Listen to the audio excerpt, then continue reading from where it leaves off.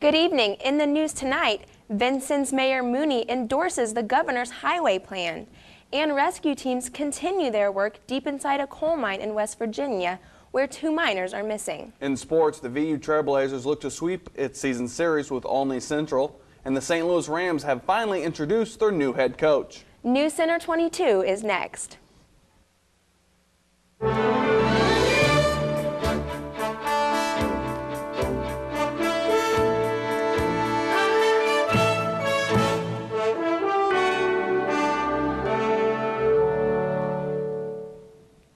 Vincennes Mayor Terry Mooney is endorsing Governor Daniels' Major Moves initiative. Mooney and 29 other mayors from mostly smaller communities around the state yesterday endorsed the governor's proposal to lease out the Indiana toll road and lease the proposed extension of I-69 and make it a toll road. Money generated by the privatization of the highways would be used to plug a nearly $3 billion hole in the state's road construction budget. Also endorsing the plan were the mayors of Washington and Petersburg. Vincennes police arrested 6 people last night for possession of marijuana while investigating a possible burglary on Lafayette Circle Drive. Those arrested were sitting in a parked van reported as being suspicious. Arrested were 18-year-old Kenneth Williams, 20-year-old Patrick Bush, and 18-year-old Jerome Hardin, all from Indianapolis, and 18-year-old Robert Walker of Vincennes, 19-year-old Jared Colonese of New Carl, and 18-year-old Gerald Vachon of Evansville. A Freelandville man will spend 6 years in work release and 4 years on probation for dealing methamphetamine. Knox County Superior Court Judge Tim Crawley handed down the sentence Thursday after 47-year-old Michael Goodson pleaded guilty to the charge as part of a plea agreement. In exchange for his guilty plea, some other drug charges pending against Goodson were dismissed. State police arrested Goodson in April of 2003 after receiving a tip of illegal drug activity at Goodson's home. Lake County Sheriff's Police say they have no plans to investigate the suicide of convicted killer David Most. The 51-year-old Most died this morning at a Crown Point hospital 1 day after he hanged himself in his jail cell. Most murdered 3 teens and buried their bodies in the basement of a Hammond home. The Indiana Court of Appeals has upheld the sentence of a Gosport man convicted of killing his 2-year-old nephew and attempting to kill his 14-year-old niece by throwing them off a bridge.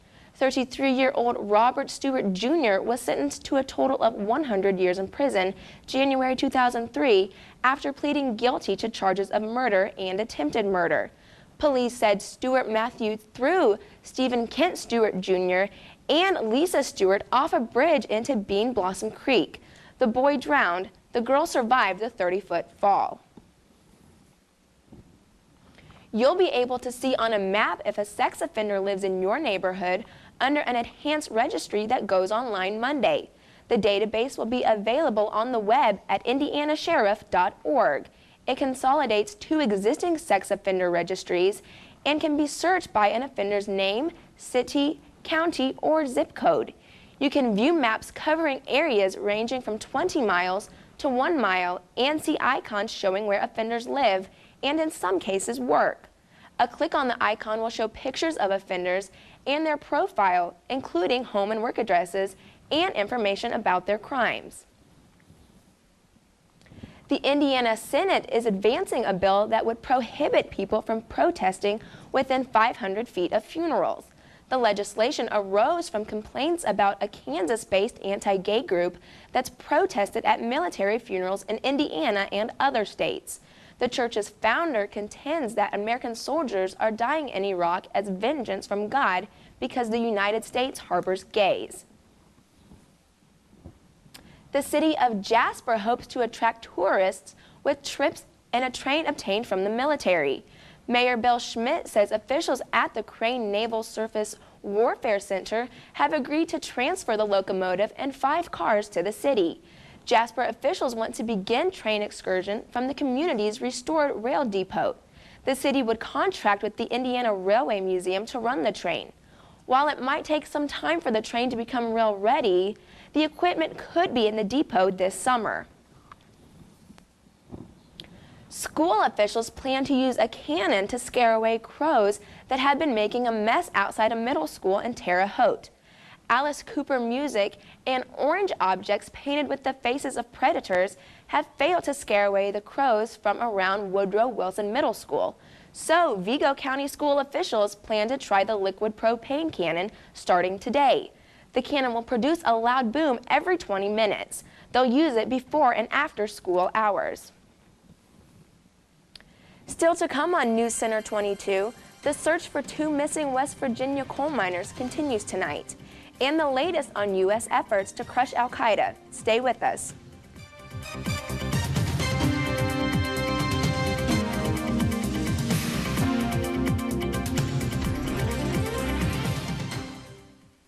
The public is invited to attend Meet Your Legislators on Saturday, January the 28th at 9 a.m. in Davis Hall on the Vincennes University campus. The forum will include information from area legislators, followed by a question and answer session. Viewers can phone in their questions the day of the show to 812-888-5334 or send your email questions to wvut@vinu.edu. Our live broadcast begins at 9 a.m. and the show will be rebroadcast that same day on WVUT at 5 p.m. Rescue teams continue their work deep inside a coal mine in West Virginia, where 2 miners never made it out with their colleagues yesterday evening. The miners had just entered the mine for the evening shift when a fire broke out in a conveyor belt. Officials say the air in the mine isn't as bad as what it was at the site of 12 miner deaths earlier this month. Shiite religious parties in Iraq will need some help. Their alliance won most seats in Iraq's new parliament, according to results announced today by the country's election commission, but they don't have enough seats to rule on their own. U.S. officials in Iraq have been looking for ways to win the release of journalist Jill Carroll. A U.S. embassy official says authorities have met with people who may have links to the kidnappers. Kidnappers have threatened to kill her unless U.S. forces release all Iraqi women in military custody by today. Another angry protest in Pakistan. Thousands of Muslims have burned President Bush in effigy and chanted "Death to America." They're angry about last Friday's missile strike that killed more than a dozen people and possibly several top al-Qaeda operatives. In the latest taped message believed to be from Osama bin Laden, the terrorist refers to several bombings last year in Europe as proof that his forces can execute successful attacks. But one U.S. military leader says the nature of al-Qaeda operations is actually making it easier for multinational forces to shut them down. We continue to see organized networks of al-Qaeda. We are very successful, I think, at killing leadership. They do have ways to regenerate. Of course, those that take their place are not as skilled, don't have the experience as the ones they're replacing, and make far more mistakes. And it's much easier to. It's getting easier and easier to find and capture or kill them. In the same message, bin Laden goes on to say the only reason there have been no attacks in the U.S. since 9/11 is because al-Qaeda is still planning. He says it has nothing to do with measures taken by U.S. security officials. A U.S. search for al-Qaeda operatives has focused on the Afghanistan-Pakistan border region and the combat zone in Iraq. But those are not the only places troops are looking for terrorist activity. Barbara Starr reports on the pursuit of other extremists recruited on the internet. Brigadier General Mark Kemet, best known as the former military spokesman in Baghdad, is back in the desert of Bahrain on this morning. The headlines again are about the hunt for Osama bin Laden. I thought it was interesting that, even here, I'll get Osama. That's exactly right. I mean, it's still big news in this region every day. The wind howls at this early hour. Kemet, now Central Command Deputy for Plans and Strategy, says Osama bin Laden and Ayman al-Zawahiri now may be icons in the radical fundamentalist movement, but capturing or killing them remains a top priority.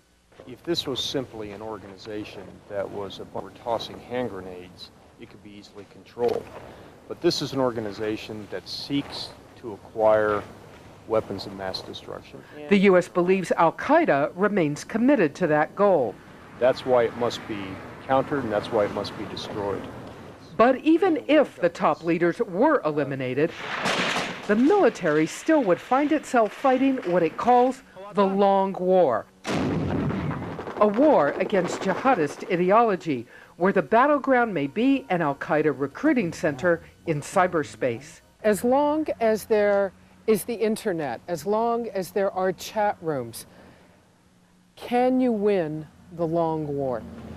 It is remarkable that organizations such as al-Qaeda, which are seeking to bring a caliphate back, to take these caliphates back 15 centuries, is so facile in its use of modern technology.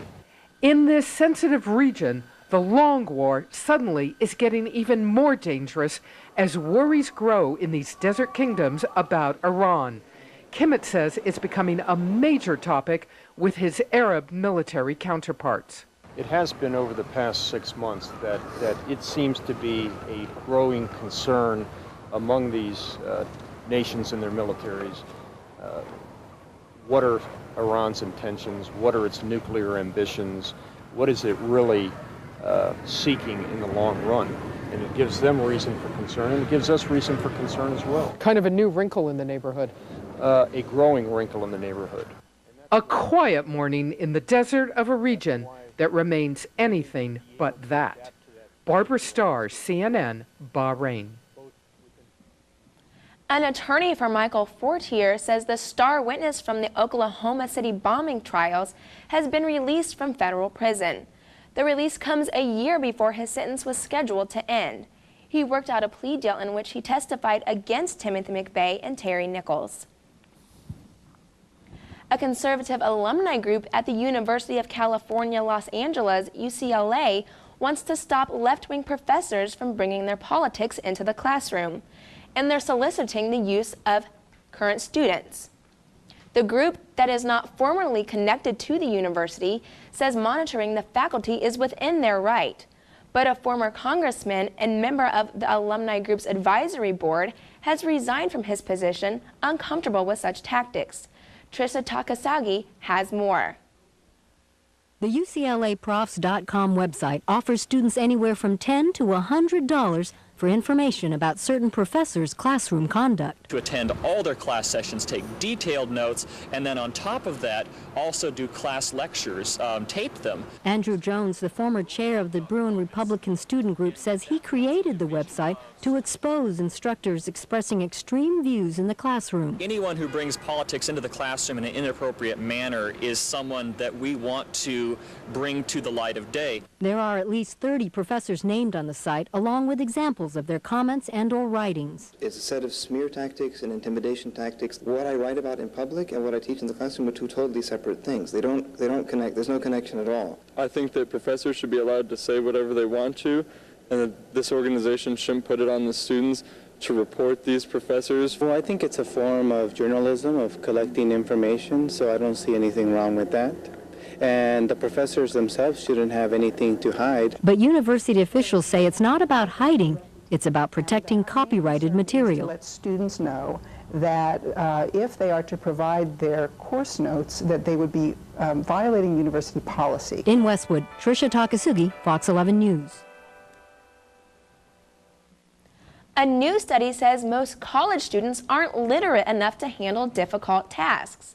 It says more than half of students at four-year colleges and at least 75% at two-year colleges can't even understand or compare credit card offers.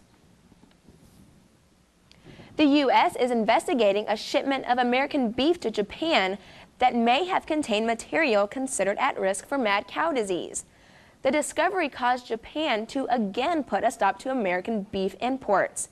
Agriculture Secretary Mike Johans says the U.S. is acting swiftly and firmly. What can jet fighter pilots learn from rock stars? the military is catching on to a piece of rock and roll technology that could drastically improve a pilot's performance. Here's Pentagon correspondent Barbara Starry.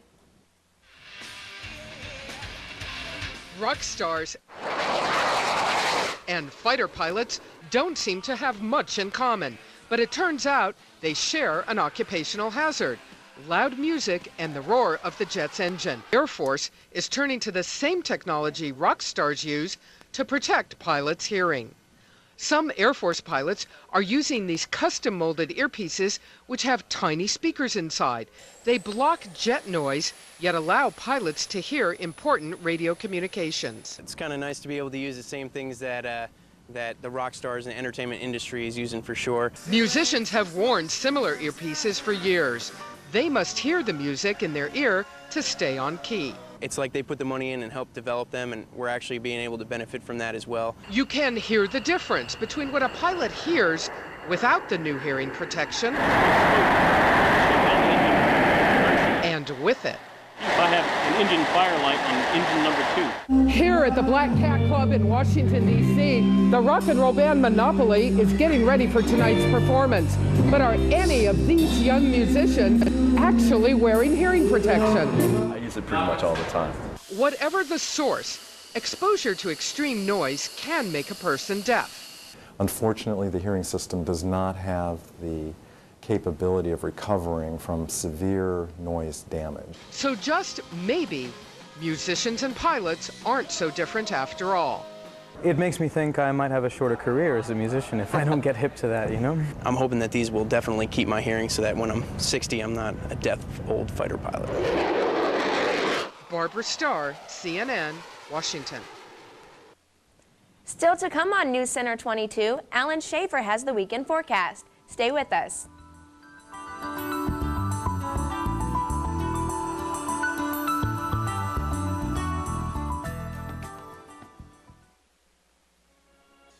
Tune in to WVUT this Friday night. Watch Washington Weekend Review at 8 and now at 8:30. At 9, Scientific American Frontiers explains why people are lining up to solve the weight problems in the operating room. Stay tuned for Tavis Smiley at 9. At 10, on Manor House, the staff crisis comes to a head. After 5 weeks of nonstop work, the staff gets a much-needed break. Friday night on WVUT.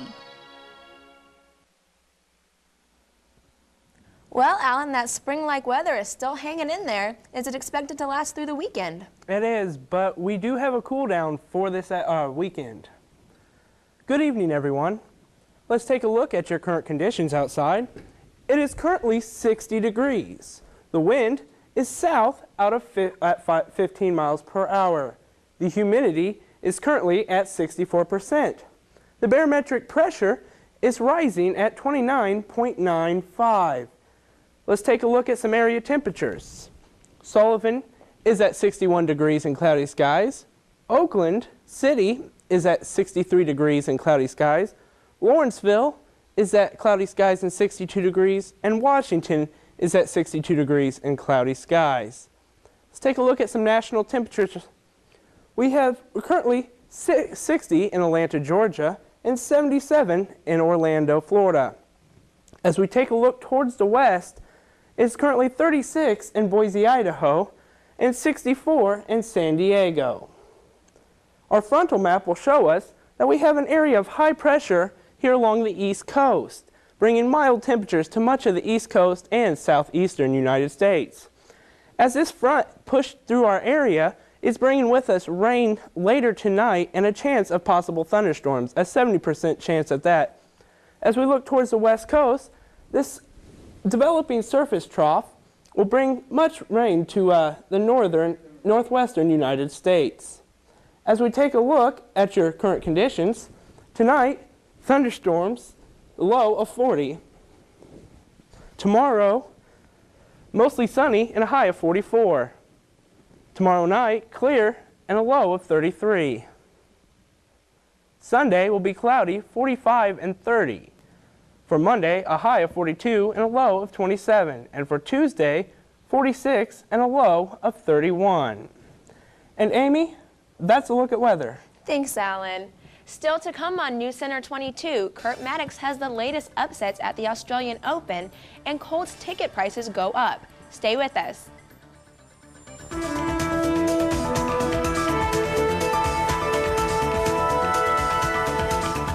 On the next Manor House, after a servant's party, the footmen are flattened. You're in dead trouble today. And the heat is on in the kitchen. Please stop patronizing me. Do your thing, do your job. The butler cracks down. No, I will not accept this type of behavior in this house. Making the grade on Manor House.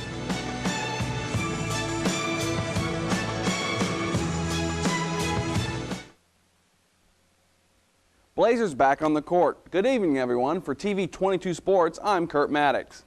The Vincennes University Trailblazers return to action tomorrow night when they travel to Olney Central College. The Blazers will be looking to sweep the season series with the Blue Knights after beating them 92-63 in the physical education complex back in late November. Olney has struggled through this season, although they do own a win over John A. Logan College. Logan beat the Trailblazers 74-61 early this season. Tomorrow night's game tips off at 8:30 Vincennes time. Prior to the men's game, the VU Lady Blazers play the Olney Central women's team at 6:30. Checking the boys' high school prep schedule, Vincennes Lincoln sees double duty this weekend. The Alices travel to Castle this evening and plays at Bloomington South tomorrow night. Vincennes Reveille has a blue chip conference game at Northwest Du Bois tonight, and North Knox travels to Pike Central. Meanwhile, South Knox hosts North Posey and plays at Forest Park tomorrow night. Tennessee coach Pat Summitt joined the 900 club last night. Shauna Zolman led 5 Lady Vols in double figures with 16 points, and top-ranked Tennessee beat number 19 Vanderbilt 80-68. That gave Summitt her 900th win. The crowd of 13,127 serenaded Summitt by chanting 9-0-0 in the final minute as the Lady Vols won for the 10th straight time in the series. Summitt is college basketball's winningest coach. She has a record of 900 wins and 172 losses in her 32nd season. Xavier has defeated crosstown rival Cincinnati for the 5th time in 7 years. Stanley Burrell and Brian Thornton each scored 20 points to lead the Musketeers to a 73-71 overtime win over the Bearcats last night. Devon Downey led Cincinnati with 22 points, and Jihad Muhammad made a 3-pointer to send the game to overtime. But it was the shot that didn't go at the end of OT that upset Cincinnati coach Andy Kennedy. He ran onto the floor and berated an official for failing to call a foul on James White's missed jumper at the buzzer. When the 13th ranked Hoosiers host the Boilermakers tomorrow afternoon, it'll be the first time since 1971 the two teams have met without either Bob Knight or Gene Cady roaming the sidelines. Knight was fired in 2000 and Cady retired last season after 25 years. The LA Lakers celebrated a little early last night, and it cost them. The Lakers blew a 5-point lead in the final 35 seconds of regulation, and the Sacramento Kings rallied to beat the Lakers 118-109 in overtime. Kobe Bryant led the Lakers with 51, Mike Bibby led the Kings with 40, including a big 3 in the final half minute. Brad Miller scored 16 points and forced overtime on a 3-pointer with 4.1 seconds left in regulation. In the only other NBA game last night, Detroit led by as many as 30 points and routing the New York Knicks 105-79 at Madison Square Garden. The Pistons improved their league best record to 32-5 in winning their 6th in a row. Detroit is 16-3 on the road. Their early season success has assured that Detroit's Flip Saunders will coach the East team in next month's All-Star game. 5 games by the NBA. The league took the action because Davis charged into the stands during Wednesday night's game in Chicago. He says he bolted from the court into the stands because he saw